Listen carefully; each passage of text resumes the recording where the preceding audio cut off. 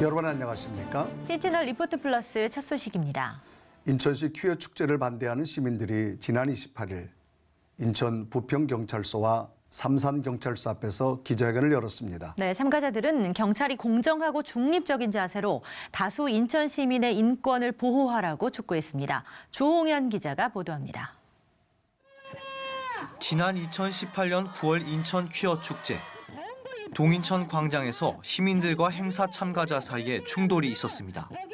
혼란스럽던 상황 가운데 경찰이 집회를 반대한 일부 시민들에게 수갑을 채워 연행 후 조사를 진행한 사건은 현재까지도 논란이 이어지고 있습니다.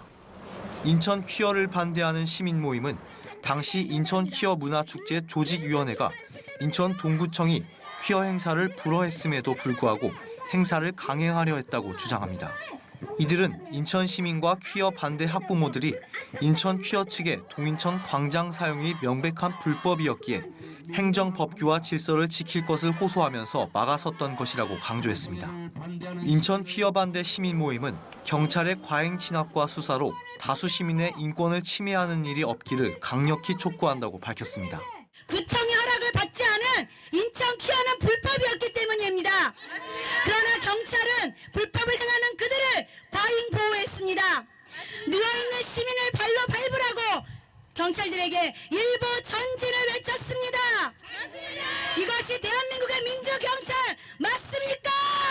남성과 남성간이 결혼을 하고 그것을 부부로 인정하게 된다면 남성과 남성이 어린아이를 입양해서 자기네들이 부모라고 주장할 수가 있습니다. 아빠와 엄마가 아니라 남자 둘이서 아빠 엄마 역할을 번갈아가면서 본인들이 가정이라고 외치게 됩니다. 이렇게 되면 가정의 질서가 폐괴되고 사회 질서의 근간을 흔드는 겁니다. 이것이 위험한 것이기 때문에 퀴어 축제를 우리가 반대하는 것입니다. 인천 퀴어를 반대하는 시민 모임은 경찰의 행정 절차도 강하게 비판했습니다. 지난 7일 한 봉사단체가 노숙자와 실직자 등의 무료 급식을 위해 8월 31일 부평역 북광장 사용을 신청했지만 결국 구청으로부터 허가가 나지 않았습니다. 퀴어 축제 장소 제공을 위해 31일 해당 위치를 다른 단체에게 허가하지 말라는 경찰의 협조 공문이 원인이었던 것입니다. 퀴어 반대 시민 모임은 소외된 부평 구민들에게 따뜻한 밥 한 끼 나누는 것보다 집시법에 의해 동성애자들을 위한 축제를 우선하는 것이 맞는 것인지 물었습니다.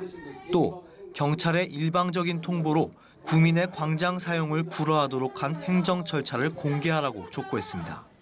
퀴어 축제팀에게만 광장이 허락된 과정의 행정 절차나 법적 근거를 밝히지 않는다면 인천경찰은 부평구청의 허가도 받지 않은 불법 퀴어 집회를 비호하는 반도덕적, 반민주적, 반윤리적 경찰이라는 오명을 벗지 못할 것입니다. 시민들은 인천 경찰이 치우친 경찰 행정에서 조속히 벗어날 것과 함께 무리한 과잉 진압으로 인천 시민들이 다치는 일이 없도록 강력히 요청한다고 밝혔습니다. CG널 뉴스 조홍현입니다.